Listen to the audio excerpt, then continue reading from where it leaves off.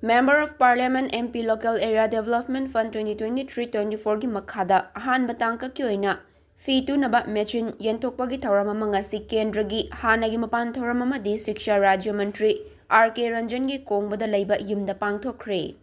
Thauram adu Nari Shakti gi pandam makhada pangthokhibani.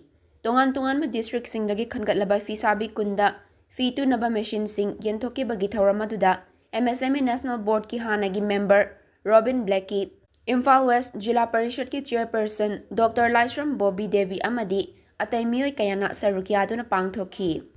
Thauram aduda hanagi Union Minister of State for External Affairs and Education gi mafam paibiramba Dr. R.K. Ranjan na fongdorakpada mahakna MP oiringai matamda MP gi Local Area Development Fund dagi School Kunipanda Smart Board sing yenthokkhi.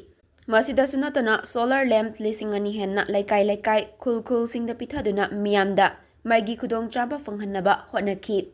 Ising conserve tawduna thamnabagi pandamda liter lishing amagi syntax singsu mapureba laitrabi nupi singda yenthokkhi.